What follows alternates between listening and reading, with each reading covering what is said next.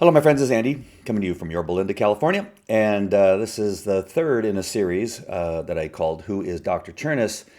And this one is going to be addressing what is really going on in his investigation. What is really going on? You should be asking this as a parent or community member that why they're spending these hundreds of thousands of dollars on a investigation while these men are on administrative leave. Why is that happening? And why is it taking so long?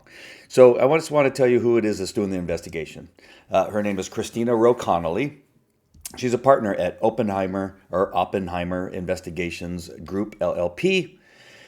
For this investigation, she is getting paid $530 an hour for one investigator. The reason I say that is because if she's going to use an additional investigator, that's going to be an additional fee. That's just for her time on the case. And so whatever resources she needs or other personnel, that will be in addition to her fee, which is pretty normal for an investigator or expert, given that they have the expertise and experience to be able to charge that amount of money. But I would say that that's not an unusual amount, but it is on the higher end.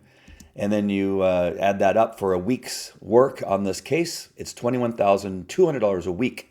And this case has been going on for several weeks. Then if you add that up, it's $84,800 a month, which now I think we're into the third month, if I'm not mistaken, at paying her $84,800 a month. So why is that important for you to know, other than that's a lot of money on an administrative concern, not criminal investigation of any sort, or any other thing of that kind. What Quintero, Anderson, and Buck are looking for is for something that will allow them to fire him with cause. That is the important thing that they're looking for. Now, as a police officer of 21 years and now an investigator myself for the last almost 50 years, there's something very wrong. Because if the reason they had to put him on administrative leave was X or Y or Z, then you have these very clear issues that you're going to be looking at, and then seeing if the suspect, in this case Dr. Cherniss, violated anything in this situation that they're talking about or that they're concerned about. That there must have been something that they had that now they can tie him to those things. So as an investigator, I was in sex crimes and family crimes and helped out in a couple homicide cases.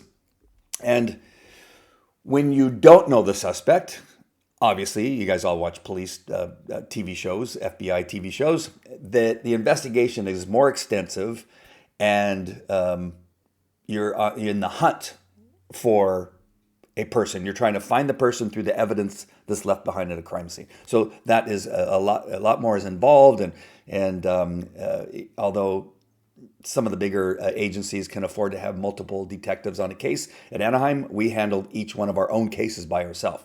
So what you see on TV is not really probably correct in the real world. You have minimal detectives, and so in many cases, one detective is working on one case that has multiple witnesses, maybe even multiple victims, and you're looking for one or more suspects. It's a detective that's assigned to that one case. So like I said, it's not always a task force or anything like that. Most cases involve one detective. And then, so that's a difficult one. And then you have a likely suspect because maybe they had the knife in their hand when they were seen, or there's a video of somebody you can see and you clearly see their face as they're leaving a burglary. And now what you're doing is you're connecting the crime to the person you have in custody, which tends to be a lot easier to do. Both of those, as law enforcement, we are expected to have those cases solved in days. And that means a lot of work, of course, and you are diligent and you are thorough and you're all those things, but they want you to be done in a day or two. Some cases go on for a couple months, of course, in the case that we don't know who the suspect is. but I would say very few times, because you have a limitation of how long you can keep somebody into custody. So if you have somebody and you have them in custody, there's a limitation to how long you can keep them in. So you have to go through all the evidence and as quickly as possible, the interviews of both the suspect and the victim, if he's still alive, and any witnesses may be there, and then collect it to present a case to the DA. So again, we have very limited time. We don't have 3 months necessarily if we have somebody in custody to do that. Now, there's some exceptions and all this other kind of stuff. So why do I bring all that up? I said, well, number one, I want you to know that this is what I do for a living. I investigate agencies and law enforcement officers, and there's often many witnesses and other aspects of people that are involved in a case that I have to make sure and go through. And so this is just one folder. I don't print them out anymore, or they don't send them to me, but this is just one folder of a case that I have. It has 15 of these folders. Some of them are bigger, some of them are smaller, and then there's a DVD. Yes, they still put stuff on DVD or thumb drives or put it in a Dropbox. And so I understand that sometimes there's a lot of things that you have to go through, but taking 3 months on something that seems to be, at least of the things that we kind of know, which they want the investigator to look at, it shouldn't take 3 months to do this. It really shouldn't. Again, we're not talking about a criminal case. We're talking about something, an administrative leave. And what is it? Let's just say it's USI, and that the $1.3 million that were used to build it, and put it together and buy the equipment and what have you, that was money that should have been used for something else, but he chose not to. How long do you really think it takes to look into that case? What really did happen is that there's new development funds that the state makes available for a school to create something brand new. Those funds can't be used for fixing anything or adding lights to the field or fixing a kitchen up. Those funds cannot be used for that, based on that it has to be a new development. And so USI was a new development at the time, and those funds were appropriately loose. So how long does that take? 3 months for an investigator to come in and say, where did those funds come from and how is it used? Oh, it was used for USI. That's a new development, and the right funds were used. It shouldn't take that long. Or let's just say that's a complaint. Say some employees say, I don't like the way he talks. Sometimes he gets really angry or something like that. And so now you have to find the violation. Is it against the state educational rules that a superintendent cannot get upset or angry and speak loudly or even say bad words? Where I haven't been able to see that. It could be something where you go, hey, a lot of people's feelings are getting hurt by the way you talk, and let's reduce that or what have you. But it's not. That would not be cause to fire somebody, especially when they're doing a good job and they expect the work and the outcomes in an educational program to increase, not reduce. And when they don't, I would be upset. I know many other people would be upset that I tasked you with doing this one thing, like I tasked you with closing the border, and you've not even visited the border. You're fired. It's very much the same thing. So the investigation into that should not be taking 3 months. I have cases where I have multiple witnesses. I have the officer themselves and then 14 other officers that were on scene. And it does not take me 3 months to investigate that, to find out what went wrong or how it could have gone better, or there's some actually criminal action that I discovered in my investigation.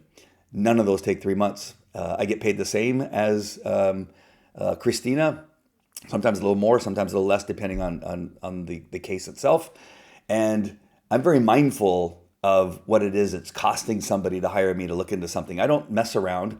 And so working 8 hours a day for 3 months on something is really ridiculous. Now, the only last thing is I know that an argument will come up and say, well, she doesn't work on it 8 hours a day, so we don't pay her for 8 hours a day. Your next question should be, well, why not? You have two men that are getting paid over $400,000 or at least over $300,000 that are sitting at home on vacation. We had to hire people to take their place, which is another several $100,000. Why is this not getting done? Why are you not working on it 8 hours a day to get it done? these guys have been working hard and fixing a lot of things in our school district, and now we're paying for them to do nothing. And the next question is, oh, so she's not working on it diligently to try to get it done in a timely manner, because her not doing it is costing us hundreds of thousands of dollars. Do you understand what I'm saying? So the question again is, what is really up with this investigation? The goal is to keep Dr. Gates and Dr. Cherniss out of the district as long as possible, so the 3 majority school board members can work with the weak superintendent that has taken Dr. Cherniss's place and stall things, find things that they didn't know ahead of time, which is not likely to happen either. They are stalling so that they could harass Dr. Beth Fisher hard enough for long enough that she would finally resign, which they accomplished. So that they can find somebody that will help them dismantle the Orange County School of Computer Sciences. So they can do all these things without the impediment of Dr. Cherniss and Dr. Gates being in that position of power. For them, they can't have him there. And that is really what's going on in this investigation. There's nothing that they're going to find to fire him with cause unless they make it up. And this is needless. And it is only a ploy to keep them out of the offices so they can get their agenda done, whatever that may be. And one of those is closing USI and closing Orange County School of Computer Sciences, and another one was to get rid of Dr. Beth Fisher. And so they've achieved one. So don't expect Dr. Cherniss and Dr. Gates to get back until they've gotten closer to accomplishing their goals. And then they'll say that, well, our investigator, after 3 months of what, I don't know,